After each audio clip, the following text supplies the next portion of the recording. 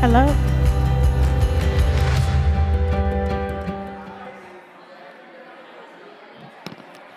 Is it on?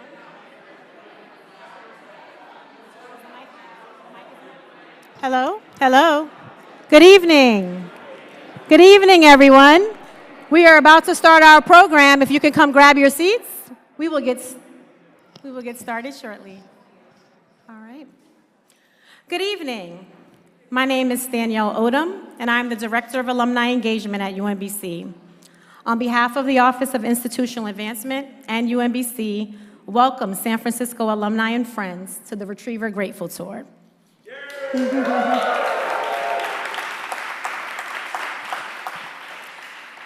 This tour is our way of thanking and celebrating Dr. Hrabowski for his 3 decades of transformational leadership and all that he has given to UMBC. I hope you will enjoy the program and experience we've created for you tonight. With us are a number of special guests, including faculty and staff who've traveled with us from UMBC, including Dr. Anupam Joshi, Chair of Computer Science and Electrical Engineering, an HHMI investigator and Distinguished Professor of Chemistry and Biochemistry, Dr. Michael Summers. We also have our Vice Presidents for Institutional Advancement and Information Technology, Greg Simmons and Jack Seuss, who you'll hear from later on, along with Associate Dean of Shady Grove Affairs, Dr. Anika Wayman. Will all faculty and staff joining us please raise your hand to be acknowledged? Thank you so much. Thank you for being here. Alumni, I encourage you to connect with one or more of our faculty and staff while you're here tonight. And for those of you joining us virtually, please connect with our faculty and staff in the chat. Without further ado, we will kick things off with this 3.5-minute video that touches upon UMBC's milestone moments under the leadership of Dr. Freeman Hrabowski.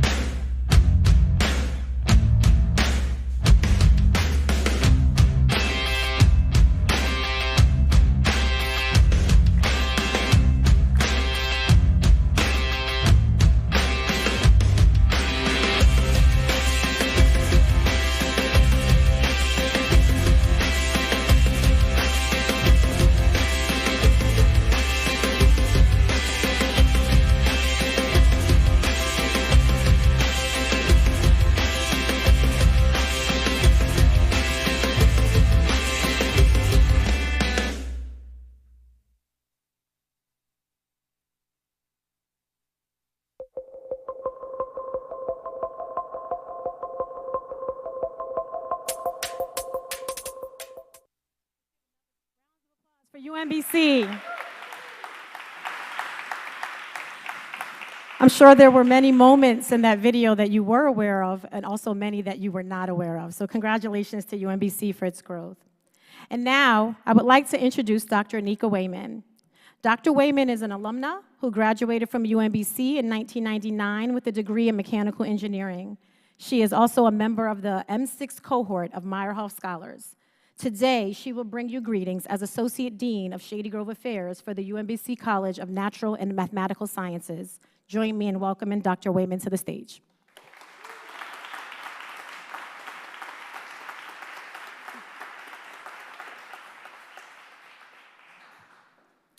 On behalf of Dean William LaCourse and the College of Natural and Mathematical Sciences, otherwise known as CNMS, I welcome you to tonight's RetriEver Grateful Tour. In the spirit of gratefulness, I think back to how grateful I am for my serendipitous encounter with President Hrabowski in high school that led me to UMBC to pursue my mechanical engineering degree as a Meyerhoff Scholar. UMBC and the Meyerhoff program exceeded my expectations and provided me with the support and preparation I needed to complete my PhD at Georgia Tech in the biomedical sciences. After leaving Georgia Tech, I worked in private industry at Becton Dickinson and Company and the federal government at the U.S. Agency for International Development, otherwise known as USAID, before returning back to RetriEver Nation. So, what brought me back to UMBC? Well, I returned because I have the opportunity to expand CNMS and the strong, inclusive-focused STEM education of UMBC into Montgomery County, Maryland, at a campus called the Universities at Shady Grove in Rockville, which you saw in the video. At the Universities at Shady Grove, CNMS now has a brand new undergraduate applied biotechnology program. It's a Bachelor of Science in Translational Life Science Technology that prepares students for the vast array of jobs in the biotech industry. This degree program teaches students through hands-on applied education and an interdisciplinary curriculum that includes biology, chemistry, bioinformatics, epidemiology, and biomanufacturing. Paired with the TLST degree program is a professional master's degree in biotech that can be done online and provides advanced instruction in the life sciences, along with coursework in regulatory affairs, legal and ethical issues, leadership, communications, and project management. All programs at the Universities at Shady Grove, from our biotech program to the other programs there in social work, history, political science, psychology, computer science, and soon mechanical engineering, are focused on developing the workforce needs to fill critical jobs and give a broader array of students career opportunities.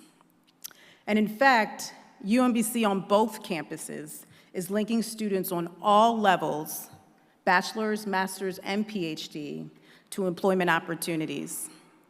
That only comes through strong partnerships with industry. And not just the industries in Maryland, but also in other key regions, like here in the Bay Area. That's why we're so grateful to Dr. Enwesha Day, who graduated from UMBC. I don't see, where's Enwesha? There she is.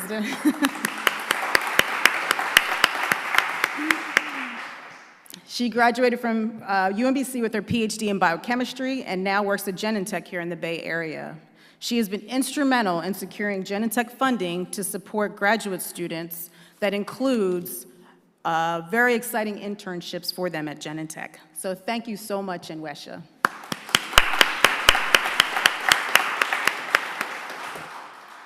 So while helping to expand the science and mathematical workforce through innovative education, CNMS has made great strides in the research arena too. That is also interdisciplinary, which I love interdisciplinary research, and collaborative. So for example, using computational simulations and machine learning to characterize materials for solar cells and lithium-ion batteries, developing and applying mathematical and statistical models to understand disease factors and business decision-making processes. fighting cancer using cell biology, bioinformatics, and genetics research, making synthetic glue that mimics the properties of spider silk for use in medical and industrial applications, and developing sustainable aquaculture systems to feed the world, which Dr. Jonathan Zohar received a $10 million USDA grant for. That's amazing.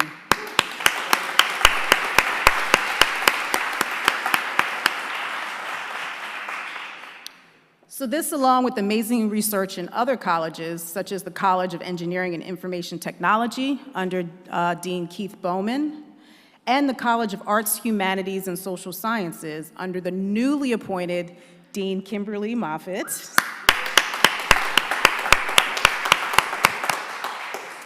These are the reasons why UMBC is now an R1 research institution.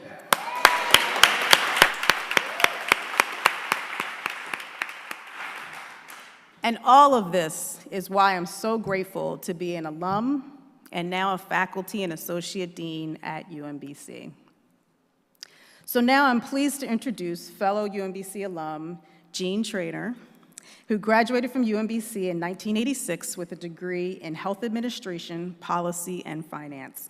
Jean is currently a 7th and 8th grade math teacher here in San Francisco. So join me in welcoming Jean to the stage.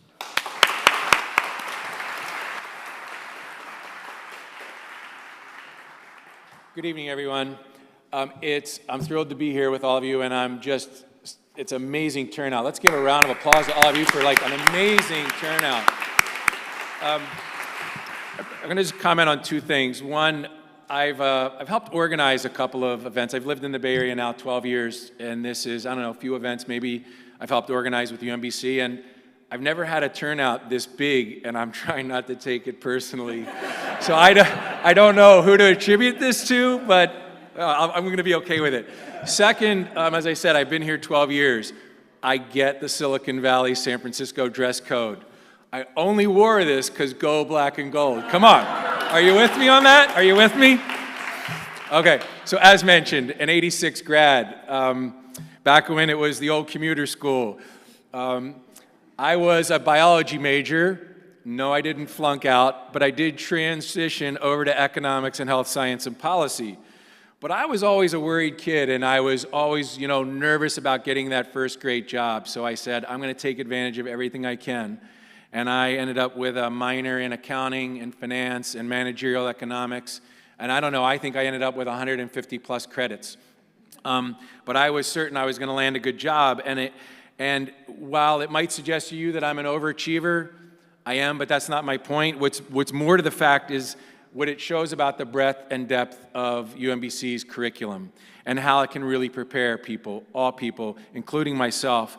And I ended up with that great education becoming the first employee hired by Ernst & Young from UMBC back in 1986. So fast forward to 2001. I had just returned to Baltimore after working 6 years on Wall Street. I rejoined a venture capital firm, New Enterprise Associates, global firm all around the world. And it turns out that the parents of a partner of mine and a dear friend of mine helped establish the Linehan Arts Scholars Program. Earl and Darielle Linehan, and Chip Linehan, my partner. And Chip mentions to Earl, and I get a phone call from Earl, and just like Freeman, you take phone calls from Earl, and Earl says, you've got to meet this guy, Freeman Hrabowski. I didn't know. I mean, Freeman came in 87, 6 months after I left, and so I'm like, but when Earl says take a call, you take the call. And so needless to say, I took that advice, and I took a meeting with Freeman. So I hadn't been back to school since graduation, right? So we're in 2001. So I got the update from Freeman, but I will tell you, it brought me a ton of joy, pride, satisfaction in our alma mater. And like many people before me, and probably many of you, I was hooked when I got the rooftop tour. Are we still doing the rooftop tour? Yeah, I got the rooftop tour, but it was beautiful. All right, so what did I learn from these initial meetings? First of all, I continue to be impressed with how prepared Freeman is. His vision is unsurpassed. His passion, energy, commitment, drive for greatness is amazing.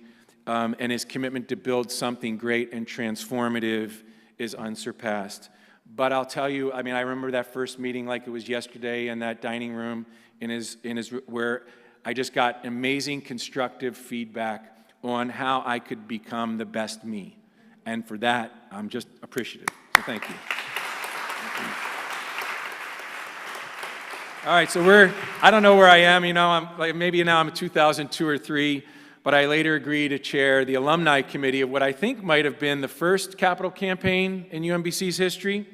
And it was great. I mean, I really did. It was deer in headlights. I really didn't know what I was doing. I don't know how many doors I knocked on, but we did okay as an alumni. We brought some monies into the endowment coffers, but I will say this, I'll never forget Freeman's pioneering words. I don't know, are we still using the word pioneering, but it really resonated with me because as a venture capital person, I really understood kind of starting grassroots, starting something really early. But the words that he mentioned to me really resonated, and I will admit right now I've plagiarized them a couple times subsequent to this meeting in later endeavors, but these words were this: if not now, when? If not you, who? And where else can you make such a difference? And that was it for me. I really got it. So shortly thereafter, again, maybe it's another couple years, Barbara, my lovely wife here, and I created an endowment for economics, providing scholarships for really deserving students. And I'll tell you, we're really blessed. I meant to bring them and I just didn't, but we're really blessed to get these letters every year from these students. I'm in awe of what these students are doing, what they're accomplishing, but more importantly, how well they represent themselves and UMBC. So I just will say, let's give it up to the students of UMBC. Freeman and I have often talked about the importance of making a difference, and it's something I've carried from all of those discussions with me in whatever endeavor I've embarked on. And in fact, I retired from venture capital, 6 years ago now, and I decided to get back into education, serving the harder to serve communities of San Francisco, teaching right here in Visitation Valley, and it's because I felt like that was the biggest place where I could make a difference. And I've been working with Freeman's team now, over the last couple years, on how best to support UMBC in the area of educating our youth and supporting their families. It's my passion, it's my wife and my passion. It's really what I feel like my calling is next, and I really look forward to working with the development team here in really building that out over the next year or so. So I'll leave you this. I challenge all of you to make a difference and help to continue making UMBC an even greater transformative force. Freeman has taken UMBC's torch to unprecedented and amazing heights. But we need to take that torch now and carry it on. And we can do it. But we all have to do it. So we have to now look at ourselves and say, if not now, when? If not you, who? And where else can you make such a difference? So with that, I'm pleased to introduce the main attraction for tonight's event. Sorry.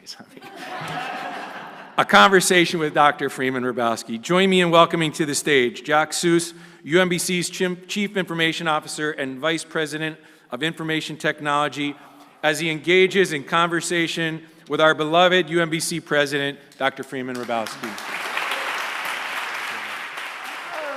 Hi. These are comfortable chairs. Wow. Hey. So Freeman and I think the first time I met you was 1988 at the Queen Mary. Huh? You were attending an IT conference. Huh? It was DECUS, if any of the old school are out there. And that was when you asked me my major. Luckily, I said mathematics, and so we've been friends for life. Yay, math. Yay, math. Yeah. So this tour is called the RetriEver Grateful Tour. Can you talk a bit on what RetriEver Grateful means to you? Sure. Let me start by saying I've been teasing Gene all night about his tie. Well, it was actually Miguel, who's here, who works at McCormick who said, Doc, don't wear a tie. Whatever you do, don't wear. So I'm very proud not to have a tie on, and I'm seeing all these folks I know, all of you. We are told you don't wear ties out here, but so we got that point.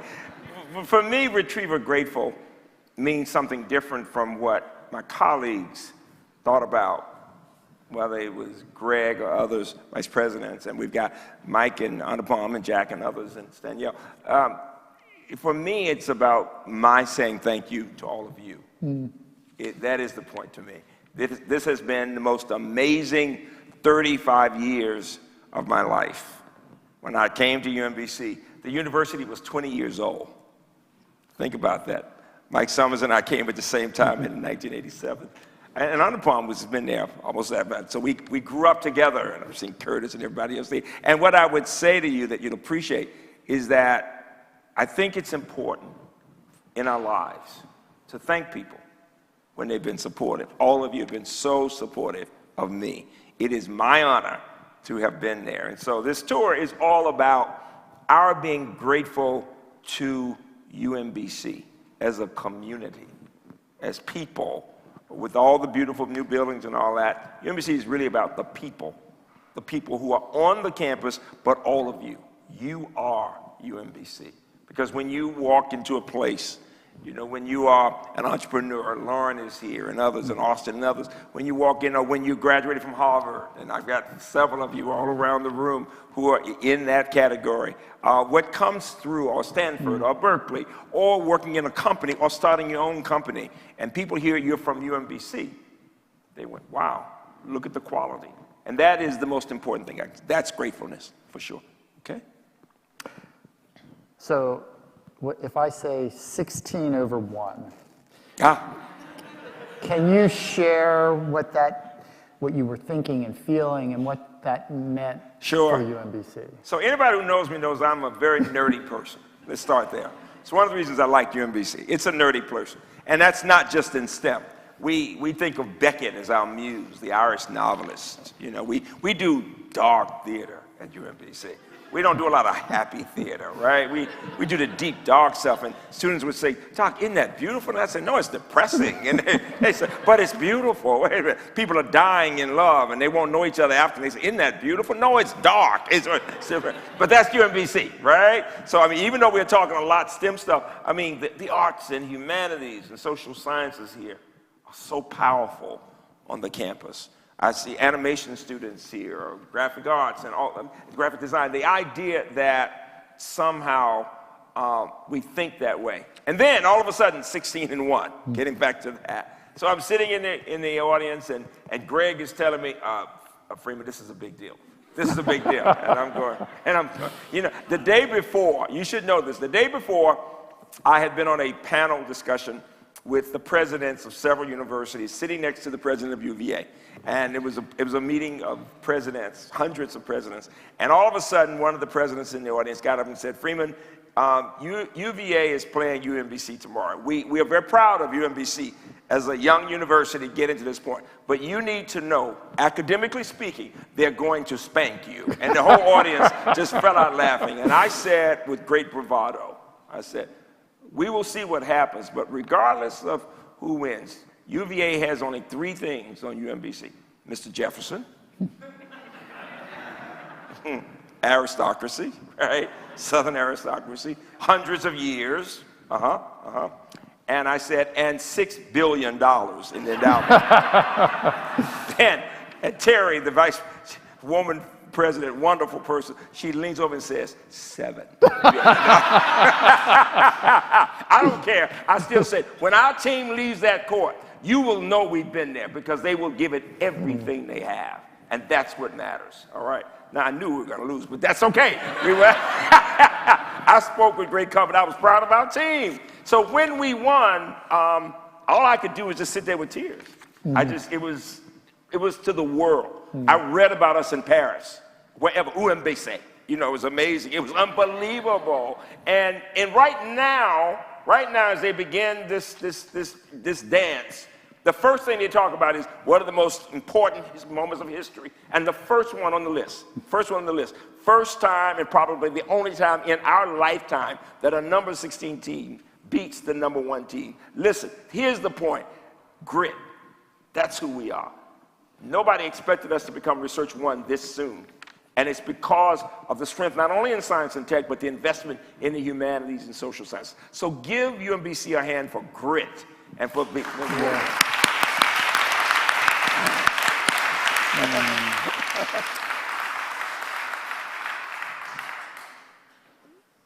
So you often talk about your mother and grandmother. Yeah. And the role that they played in your success. Can you talk some about their influence and how they helped build resilience and positivity, even in the face of so much injustice? Sure.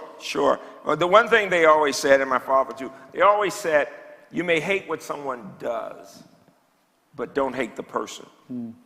Because when you hate the person, the hatred eats on the inside. And I had to understand and learn that with time. And they also said, don't ever let anyone else define who you are. Don't allow people to make you the victim.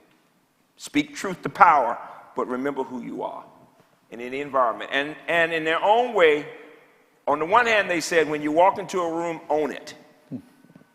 Not with arrogance, but just saying, I'm here. Hey, I'm Freeman. Yeah, I'm in the room. It's good. It's really good. So even as a kid, I was a fat little kid with a lisp going, I'm Freeman. And they would be saying, who the hell is this kid, right?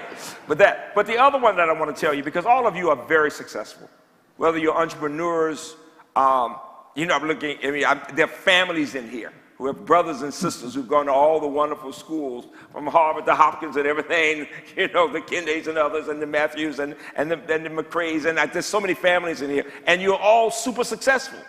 And so I'm going to tell you what my grandmother, who was the daughter of slaves and who was only allowed to go to the 6th grade, and yet was the wisest human being I've ever known. She said, you're going to do well because you work hard, and God has given you certain gifts. So you're going to go up the ladder.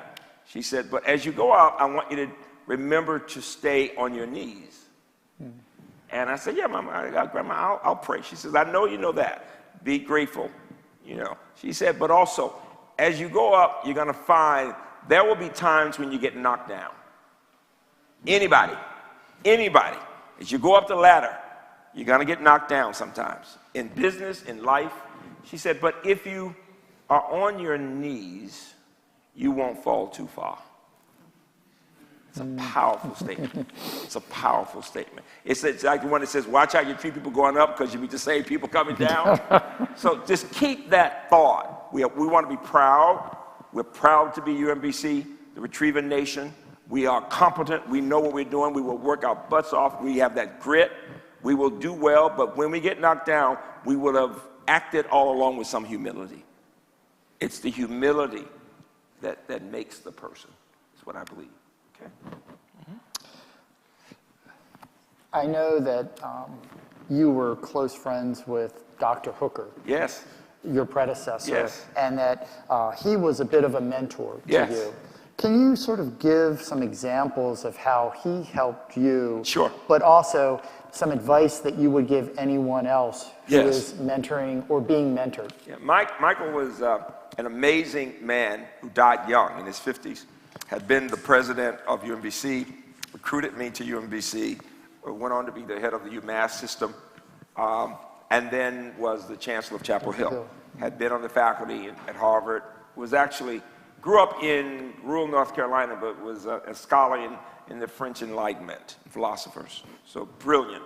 But the one thing he always said to me, two things. He said, Freeman, you grew up being told what you could not do. You couldn't go indoors, you were considered second class, and as bright as you are, you still, it really insulted me at first, he said, you still limit yourself.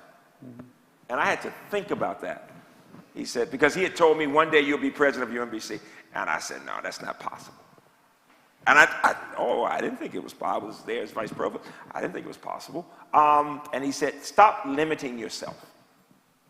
Don't put any limit on what you can do. It's that idea of dream big. Just look at the possibilities. Take that positive approach. And the other thing he said that was so powerful was learn to master yourself. to master yourself. And he was actually Buddhist, and he talked about the greatest challenge any human being has is to master self. Because things will happen to you that are out of your control. The only thing you have control over is how you react when those things happen. And all of us will have those experiences. And it was so important for me to rethink. And he said, and so when you think about UMBC, don't let other people limit what they say UMBC can do and who it can become. Because it was a young university, people tend to know what they know. A young campus, how much can you expect? People were saying we would never have more than half the students on campus. We would not become residential. People had no idea we could become Research One. Just so many things have happened. People laughed at the idea of having a research park. We had protests of all kinds. You know, we got 120-some companies now on campus, biotech and IT companies. But his message was this: don't set limits on yourself or on UMBC. And that's the message for the future. If we can do all of this in under 60 years and have people recruiting, trying to steal our faculty from everywhere, you know, people like Mike Summers and Yoshi could have been at any Ivy, wherever. We've given them as much love. We don't give them enough money. And same thing with the vice presidents. All of these people could be so many places right now. But people know it's first-rate quality. That's the point. And you as graduates are among the best. Just remember that. That's the message that Michael gave me, which was so powerful. Yeah. So what's one thing that you would like or wish for all students and graduates to gain from attending UMBC? It is a strong sense of self. Of all the things I can say, I know that when some of our students have gone off to Harvard and Stanford, all come to the tech community, people know the name Berkeley or Stanford or Harvard. Many may not know UMBC's name at first. They don't even know College Park's name. Or when they think of Publix, they think of sports. In this country, when we think of large publics, we tend to think about sports. Some of you have heard me say, when you think of Carnegie Mellon, you think brain power, right? Well, we are a nerdy place. I like that. I like that. And we don't have to be rich to be brilliant. You know, and it's something, it is the greatest of American and humankind stories that you don't have to be born to a trust fund to be the very best. People of wealth are taught they are the best. You know, we want all of our students, regardless of background, to know anything's possible. It's that strong sense of self that makes such a difference. I was talking with Mike Summers and her coming out of Singapore and coming to us, and now being a senior scientist there at Genentech. And to hear her talking about, as an undergrad, coming to do an internship and being empowered with Mike Summers and her still together, and now in that position. And I can go around the room with all of you. You have moved beyond what you even thought was possible. In so many cases, you have. And that's whether you're from this country or from around the world. And you've come here. You know, one question that some of you I would ask, just in terms of who we are at UMBC.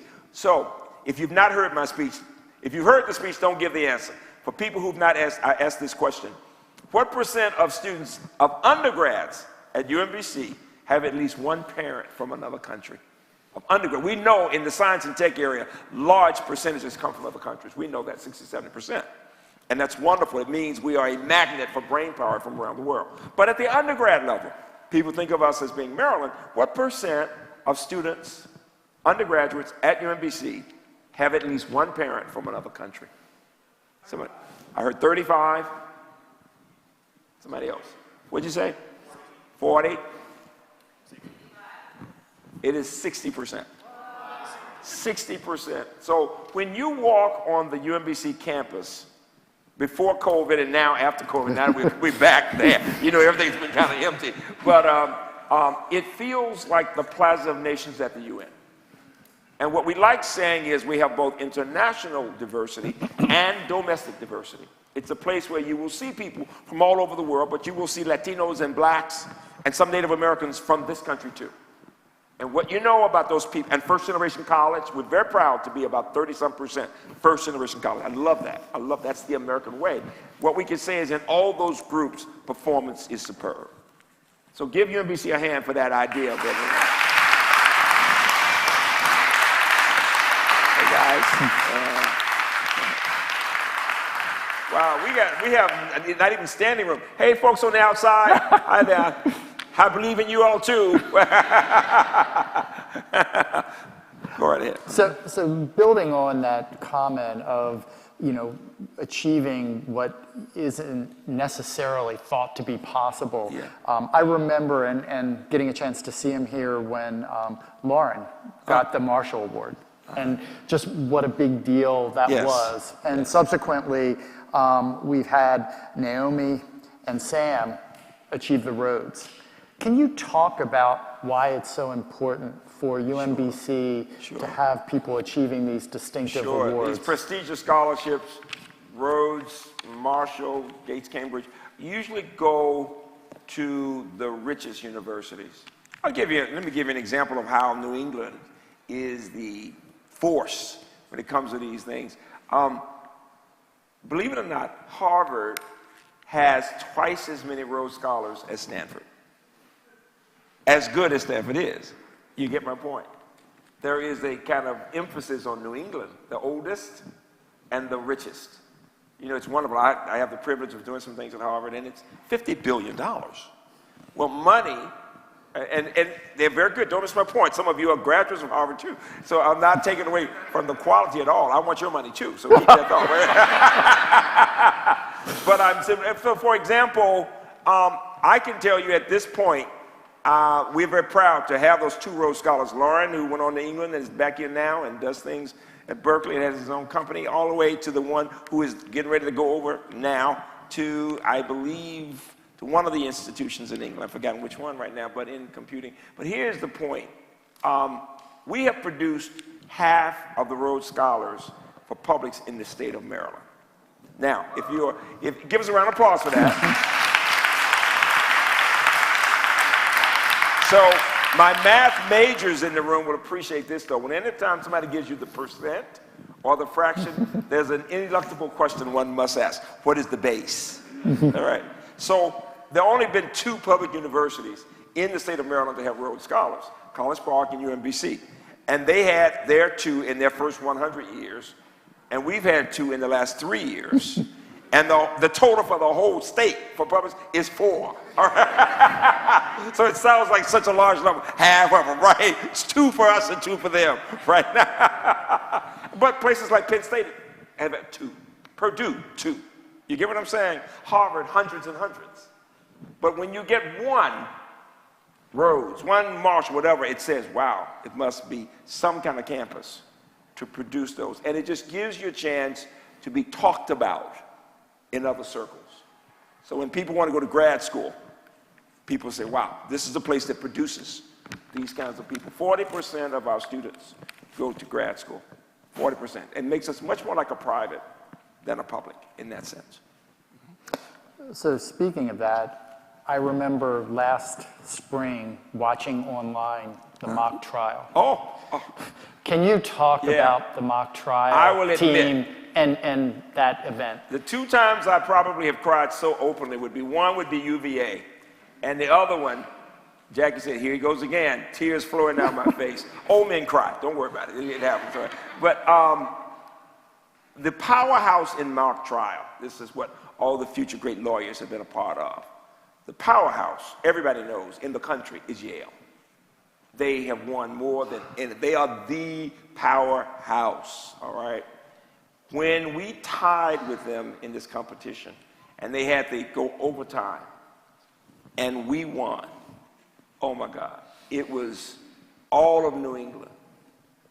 Who the hell is this UMBC?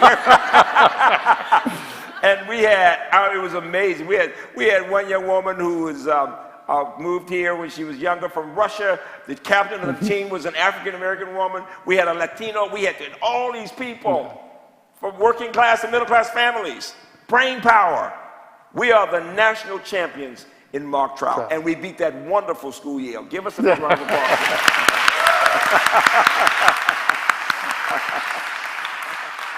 And it also speaks to the strength of the humanities and social sciences. These are all people from the humanities and social sciences and who have been, so in mock trial, in Model United Nations, all those areas, we do superbly. But we're also the Mid-Atlantic champions in cyber competition right now. Give us a big round of applause for that.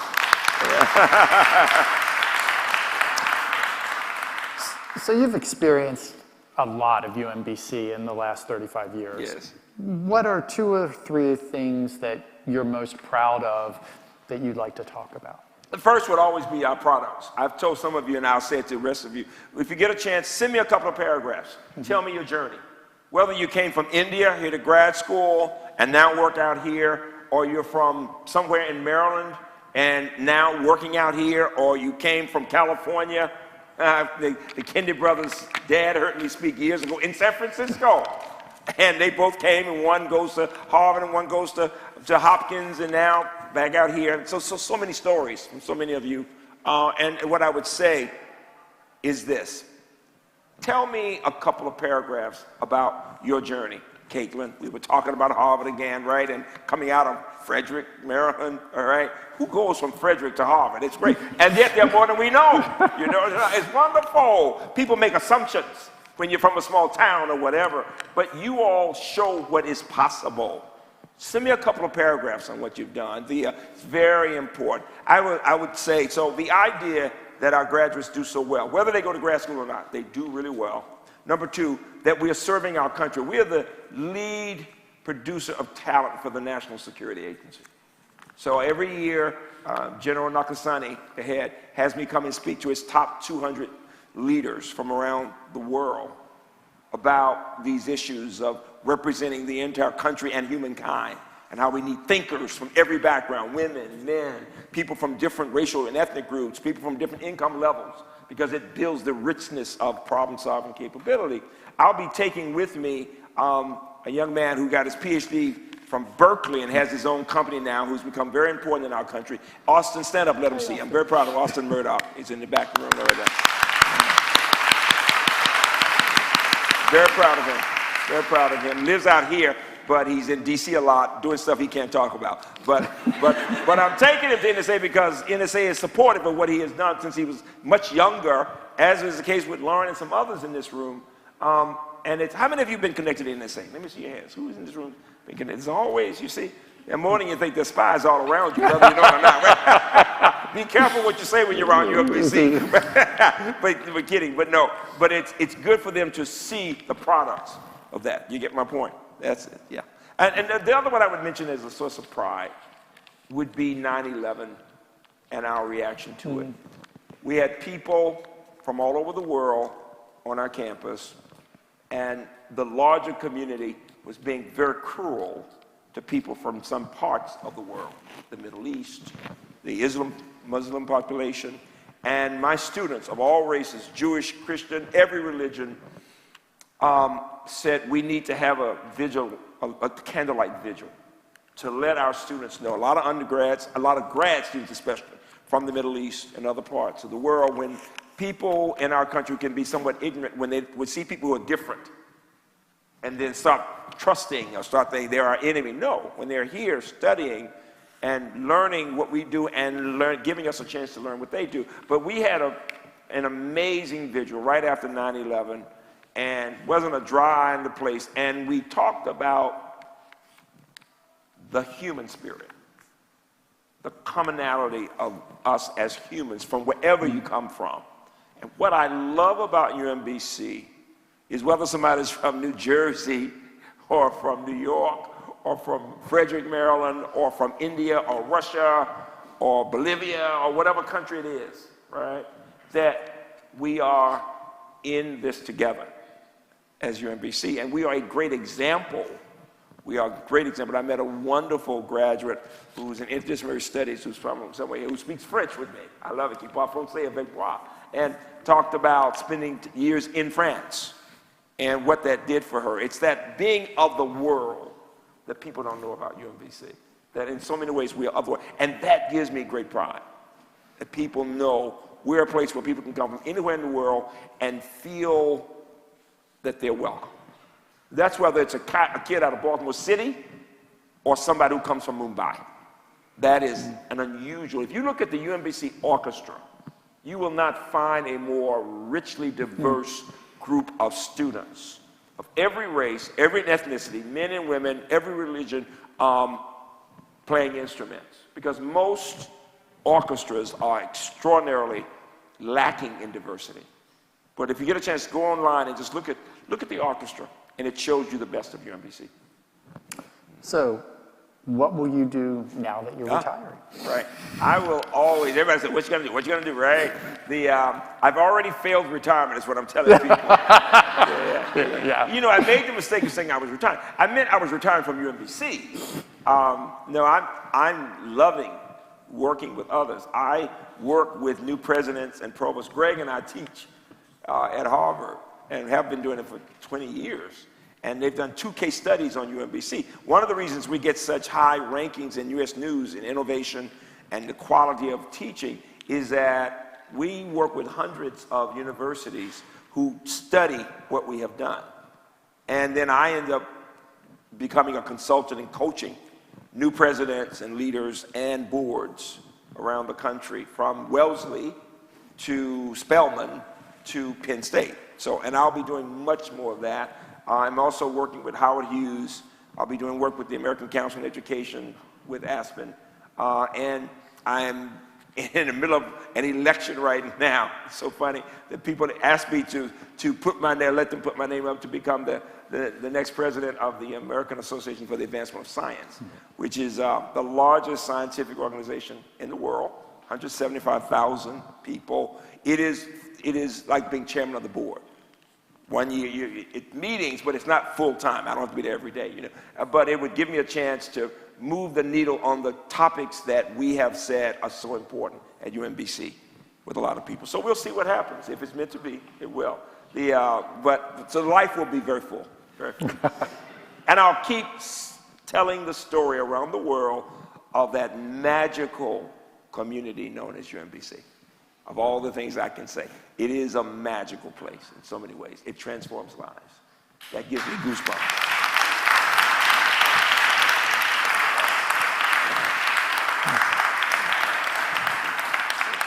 So now, part of our program is to open up the floor for questions. So we'll take a few questions from the floor if anyone has them.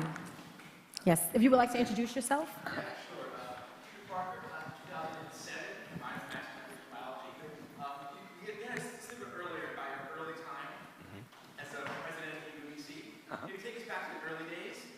Start over because they tried to make sure you can hear it. They'd stream it. Go ahead. I'll start over. Peter Parker, class of 2007.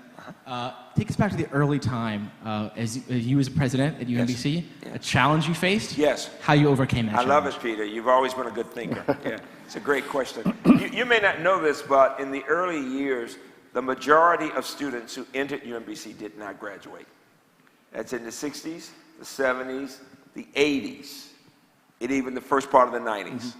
In fact, the 5-year graduation rate was about 35, 6-year graduation rate, 35%.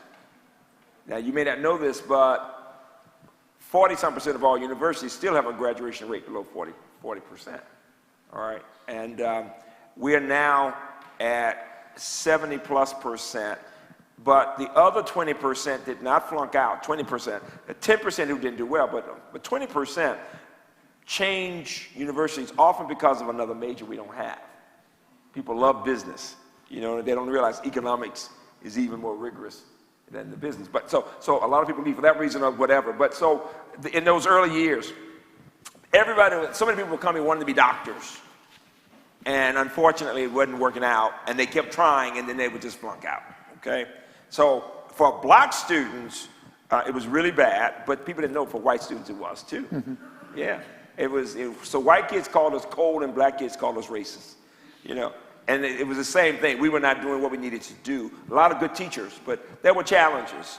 If you want to listen to Mike Summers can tell you some of them. The honor program can tell you some of them. But what I would say, and that's why my TED Talk focuses on the 4 pillars of success in science. What I say about science, though, is true about the humanities, too. Great expectations, building community. It takes people in the discipline to pull others in, and then you have to evaluate what you're doing. I started with the science because that's what we were doing the least well. Very talented students did okay, but so many did not. And so I was always meeting people who would say, yeah, I attended UMBC. That was a code for saying, yeah, I flunked out, right? And it was not a pretty picture because you could see it on their faces how badly they felt. So the point is, that was the biggest challenge UMBC faced. We have worked so hard on that. And we say this now, look at the student to your left, look at the student to your right. Our goal is to make sure all three of you graduate. And if you don't, we fail and we don't plan to fail. Big round of applause for that idea.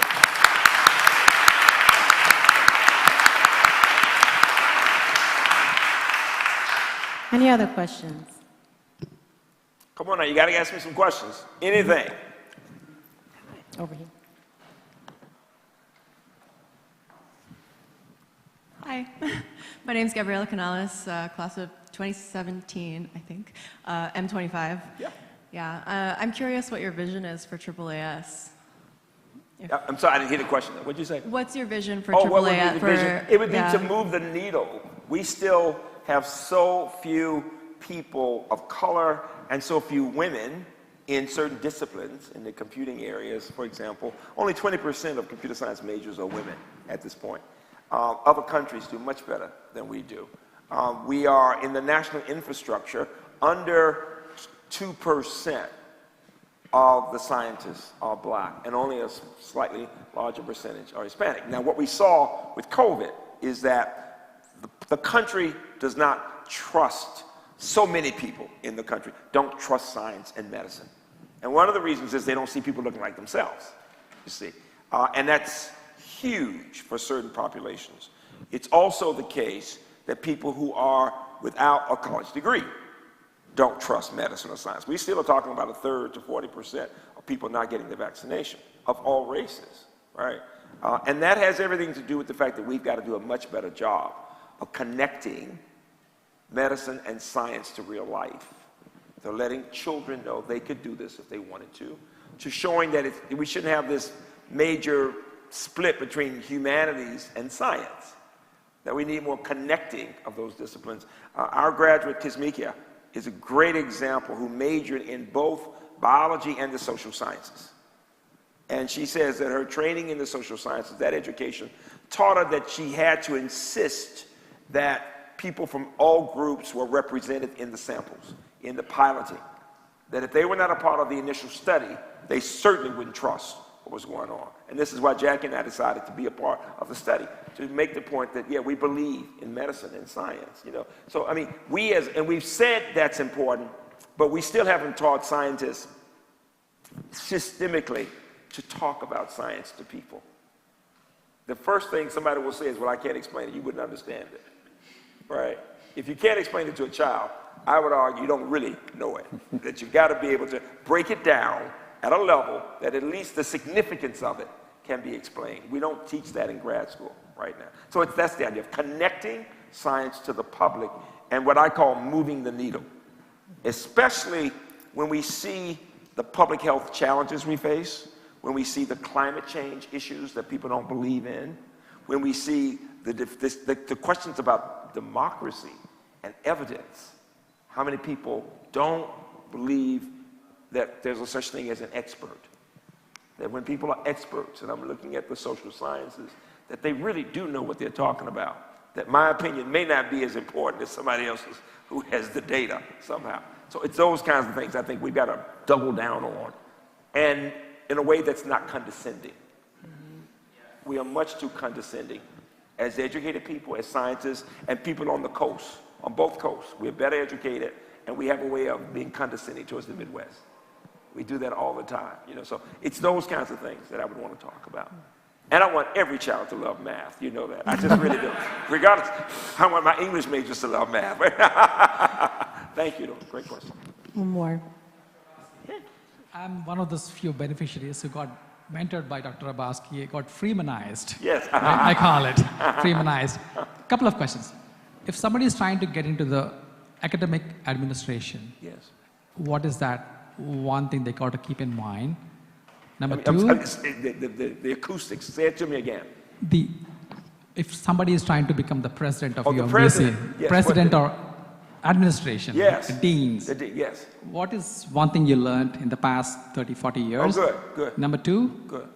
if you have to go back and start as the president of UMBC Yes. again, Yes.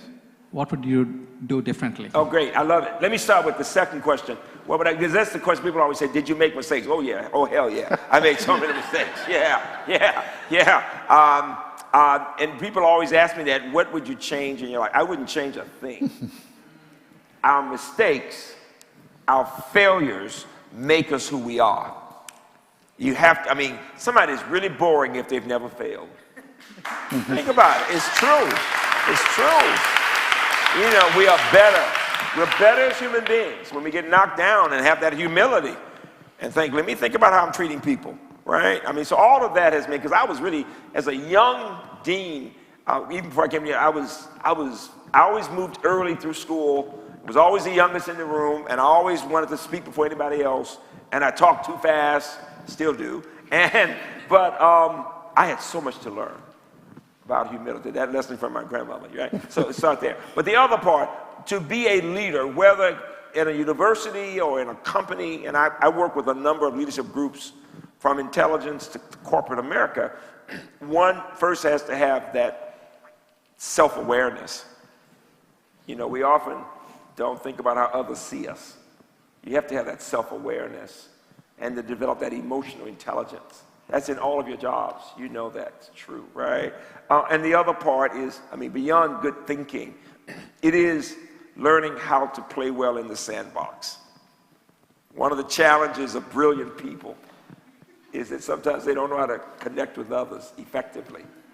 The best leaders, the most effective leaders, learn how to work well with others and to pull out the best in others.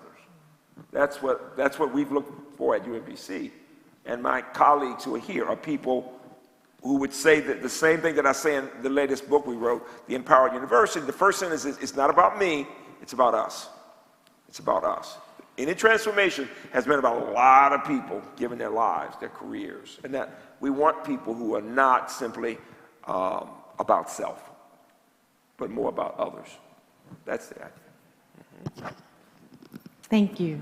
One more. Oh, Lauren. Lauren. Lauren Siebert, 1993, computer science. When did people start believing you about the endowment? Oh, that's a great question. Lauren, you may know, was our first Marshall Scholar. We're very proud of him. Give him a round of applause for that. And I'm going to say this, while it's being streamed to all of my student athletes, Miguel, you'll appreciate this.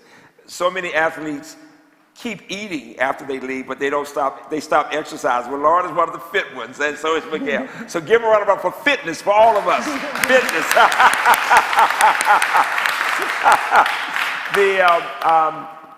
In the first years, you know, Peter, going back to your question, one of the big challenges was most people didn't believe that public universities, particularly young public, should have an endowment at all. When I became president, we had maybe $1 million. That was it. And that money, people were saying, we've got needs. We've got to spend that money, right? I had been on the board of the Peabody Conservatory and had looked at the value of the endowment and how they used it during different times. It's only when you've had a trust fund or you in finance that you come to appreciate how you get to the point of being able to live off your interest, or at least a part of what you know what I mean, as opposed to spending down and borrowing all the time. And that you have to sacrifice. I know people in this room who sacrificed for years to build up some money to be able to do other things. And what I would say to you is that, Lauren, it took those first few years with Sheldon Capellis and then Greg, and then some colleagues saying, yeah, it does make sense. Let's work to build endowment, you know, and then to get people to agree when they gave money, we might use a bit of it for operating, but let's do things that will build endowment. It makes a big difference. Only about 15% of universities have over $50 million in their endowment. That's what people don't realize. You hear about the $1 billion and everything, Harvard at $50 billion. Those are only about 2% of universities in the country would have $1 billion. That's your most prestigious privates, and it's the big Texas system, things like that. But most places couldn't begin to do that. So, Greg, if you would, just for a minute, say where we are with endowment. Would you do that? And with the campaign right now, just say where we are. That was a nice setup, Lauren. Thank you so much for that. Thank you. You're on it. You're on it.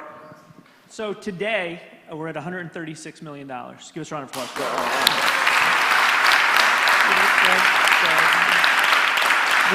With commitments that'll bring us to $150 million in the next 3 years. Our campaign goal, Gene talked about our first campaign. We had a $50 million goal, raised about $65 million. Our second campaign was $100 million goal, we raised $117 million. So guess what our third campaign goal was? I wanted it to be 125, but the mathematician said 150. Yeah. We are currently, we're at $158 million, not including the most recently announced $21 million gift. So we're almost $180 million.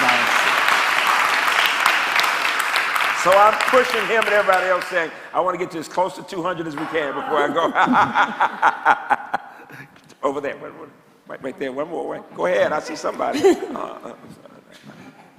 Last one, I'm curious how you see the role of university education changing now that knowledge is becoming pretty widely available on the internet, and Sure. open course programs and so on. Great question, great question. We will see more and more of a hybrid situation in many cases for very prestigious, small, well-endowed private schools. It'll probably still be in person completely. But for many of us, it will be a combination. We see that now, that we will have students in the residence halls, and they have some classes in person, and some classes online, and some days in person, and some days online. Labs, you're going to still people in those labs as much as possible, you know that.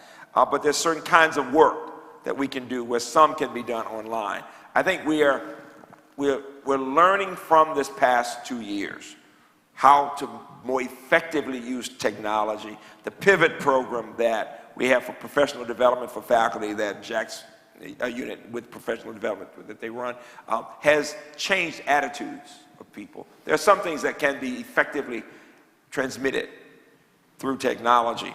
The one thing I would say is that some students are highly motivated and can do things. We see this in other countries online. Many students in this country need as much personal contact. Even when they're serious, they would say, it helps me to build community and to be around. And we will continue to do that a lot. And I think the most important thing we can do, and we're saying this in the new book, is to evaluate learning as we use these different hybrid approaches to determine what's best to help the largest number of students succeed.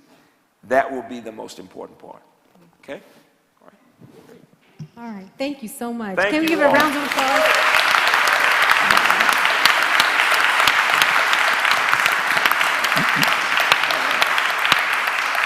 And so before I invite Vice President Greg Simmons up to give us closing remarks, draw your attention back to the screen for a very short video.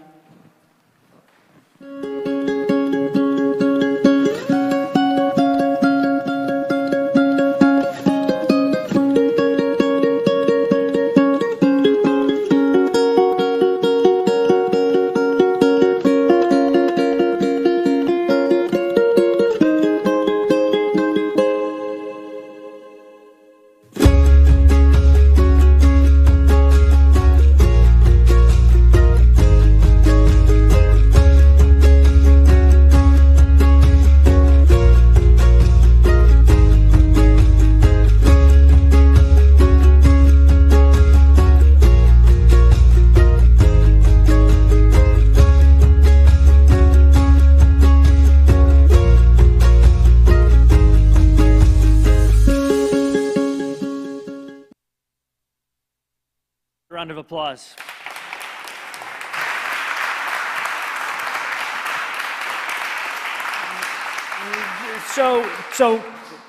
This fund that we've established in Freeman's honor, the idea is how do we help students from all backgrounds with financial need, extraordinary talent, who've demonstrated a commitment of service to their communities, get to UMBC and kind of have the experience that folks in this room have had to transform themselves into the kind of leaders that you all represent. So if you'd like to learn more about the fund, really encourage you to talk to me or one of my colleagues outside.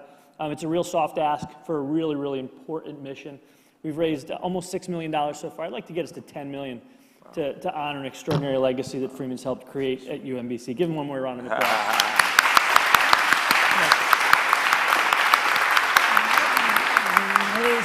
So that's the primary ask for tonight. The real reason we are here to sit is because this is the RetriEver Grateful Tour. So we're thankful for Freeman and Jack for taking the time to do this tonight. You know, really, Gene and Barbara for being part of this community for a long time, and Nika for kind of welcoming everybody, to my colleagues who helped us kind of host the event, but really to each of you, right? Because you took time to be here.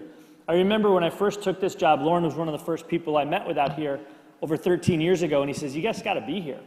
He says, there's extraordinary talent here, and people just don't know that much about how special a UMBC grad is. So you need to be here more frequently. We've tried to do that, and our events have grown, and it's because you keep coming out.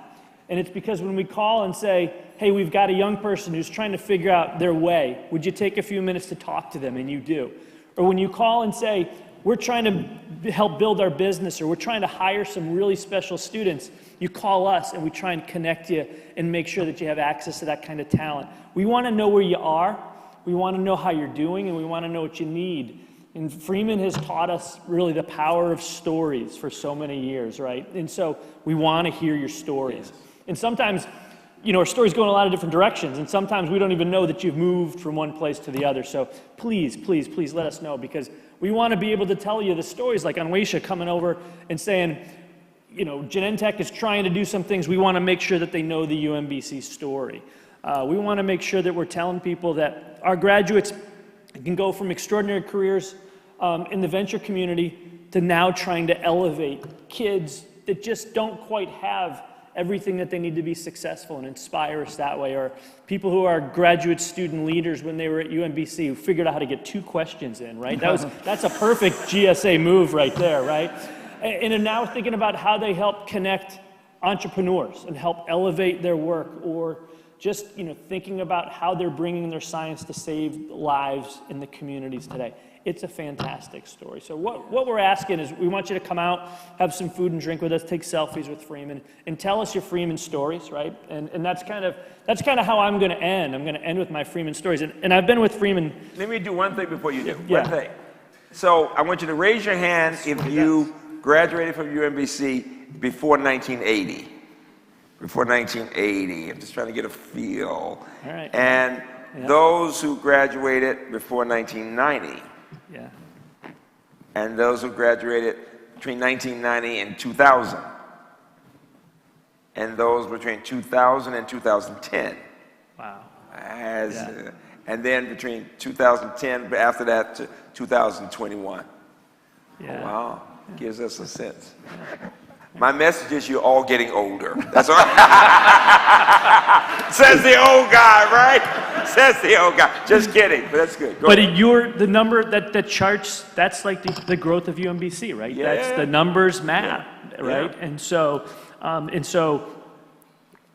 come out and tell us your stories, and I'll tell my story. And I've been with Freeman long enough to know I should have known this was going to happen, because the story, I'm trying to tell a different story everywhere we go, right? Okay. So, and I've got a lot of Freeman stories. A lot of them I can't tell.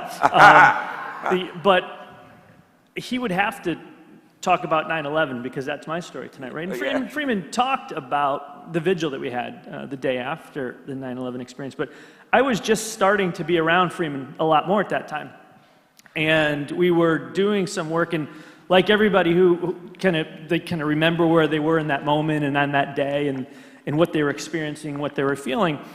And I had people calling from all over saying, we need Freeman to do this, we need to. And so I went up to his office. I still wasn't on the floor. And I said, well, where's Freeman? And they said, we don't know. And I said, well, don't you think we should find him? And so I went out. They said he went out on campus, and we haven't seen him. He's been gone for about 2 hours. And so I walked across campus. This was before the Commons was built, and he was just in the University Center, out in that plaza, right where the dean's office was initially, and it was still the commuter cafe, right? We didn't have Starbucks yet, and he was just being with students, right? Being with students from all backgrounds, listening to their stories, sharing their tears, having laughter, right? Because laughter heals. He's helped us understand that in many ways. And just lifting people up. right? And that, I think, is the message that Freeman Hrabowski has taught us all in his time at UMBC, that this is a community that just lifts people up, right? So thank you for being a part of the community. Thanks for helping lift people up. And thank you for understanding that no matter where you come from, you can be great.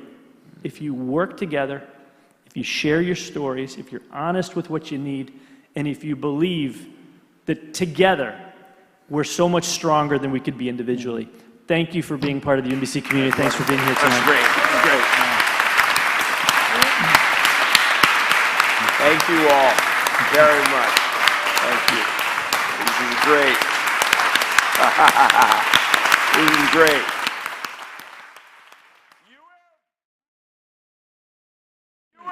UMBC. Ruff, ruff, ruff, ruff, ruff, ruff.